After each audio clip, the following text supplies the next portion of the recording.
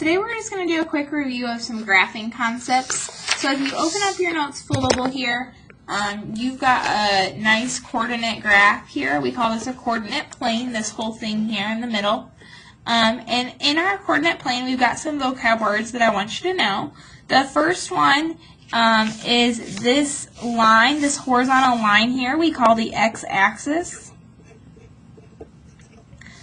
And so the x-axis is here. Sometimes I make kids make an X with their arms and collapse them, and they see that it's a horizontal line. It matches up. So that's how I remind them that this is the x-axis.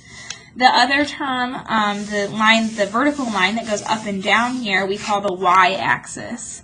And the way that I have students remember that sometimes is I have them make a Y with their body, like the YMCA, and then collapse it up and down. And when they do that, they see that that's the y-axis. So those are kind of my silly tricks there when we're talking about the y and the x-axis. This middle point that I circled here on the coordinate plane is what we call the origin. It's where we always start when we're plotting points, and that point is also known as 0, 0. And so we write ordered pairs in parentheses with a comma separating our x-coordinate and our y-coordinate. And so the origin is where we always start, and it is at 0, 0. Some other things that you should know about a graph is that there are different quadrants, and so it's kind of spelled out kind of funny here, Q-U-A-D-R-A-N-T, quadrants. And so we start in the positive section here. Over here in quadrant 1, everything is always a positive number for the x and a positive number for y. So if you've got a positive x value and a positive y value, your point is going to land somewhere in quadrant 1. This is where we start. And then it's kind of backwards because it goes counterclockwise, which is a little counterintuitive from what we're used to. Quadrant 1, then we go to quadrant 2 over to the left here. And when we're talking about quadrant 2, our x-coordinate is always negative, our y-coordinate is always positive. And so you can see that from the origin, we've got a negative number first. That takes us on our x-axis negative over here. And then a positive number for our y, when we go up, puts us in quadrant 2. After quadrant 2, we keep going in a circle. We've got quadrant 3. And this is the Roman numeral for 3. Three capital I's. And in quadrant 3, we've got a negative x value and a negative y value. So anytime you have a negative x and a negative y, your point that you plot will end up over here in quadrant 3, negative, negative. And then hopefully at this point you can guess 1, 2, 3. This last quadrant is quadrant 4. In Roman numerals we write that as IV, capital I, capital V with the lines up above. And in this quadrant, my x number is going to be positive because I'm going to come to the right of the origin. But then I'm going to go down in the y's, so I will have a positive number first and a negative number second. So at this point, we've kind of talked about all of these vocab words. We've got the coordinate plane. We've got the x-axis, which is the horizontal axis. We've got the y-axis, which is the vertical axis. We've got the middle point here, which we call the origin. It's located at 0, 0. And then we've talked about our 4 quadrants, quadrant 1, 2, 3, and 4. So ordered pairs are always written in alphabetical order. The x term comes first and the y term comes second. That means the first number will tell us how to move horizontally on our x-axis, and the second number will tell us how to move vertically up and down on our y-axis. So our axis signs, as you move right of the origin, you're going positive. As you move left, you're going negative, and you can see that by the numbers in your coordinate plane here. There are positives to the right, negatives to the left of the origin. And then on our y-axis, this is a little bit more intuitive. If we go up, we're talking about positive moves. So up from the origin is positive. Below that origin, as we move down, we go to the negatives. So we've got a couple examples here that we're going to try and plot. The first point we're going to plot is 4, 1. Now when I look at this, I see a positive, positive. So I know that this letter or this point is going to be in quadrant 1 because both numbers are positive. The first number tells me how to move on my x. The second number tells me how to move on my y. So the first number tells me to go to 4 on my x. The second number tells me to go to 1 on my y. And when I do that, I label the point with a capital A so that I know I'm talking about A, and we've labeled our first point on our graph here. For point number B, we've got a negative, negative. We've got two negative numbers, so I know that it's going to fall in quadrant 3.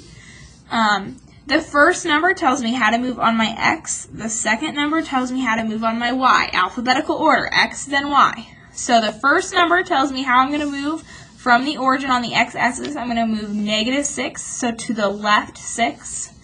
And then my y-axis is going to go down 3, so I'm going to come down 3. 1, 2, 3. And when I plot my point here, I'm going to label it with a big capital B. And I've got -6, -3. Point C has -3, 2. So the first number is negative, the second number is positive. Because of what we wrote in our quadrants to kind of help us, the first number is negative, the second number is positive. I know it's going to fall in quadrant number 2 up here. So now it's just a matter of making sure that I get this in the right order. X, then Y. X says to go -3, so from the origin I'm going to go to the left 3. And then +2 means I'm going to move upward on my y-axis. So I'm going to go up 1, 2, put my plot point, and label it with a capital C to show that that is point letter C.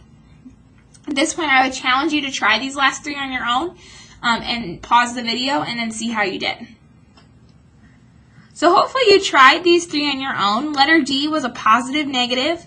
A positive negative tells me that it's in quadrant 4 over here. And so the first number tells me how to go on my x. It tells me to go from the origin 6 places to the right.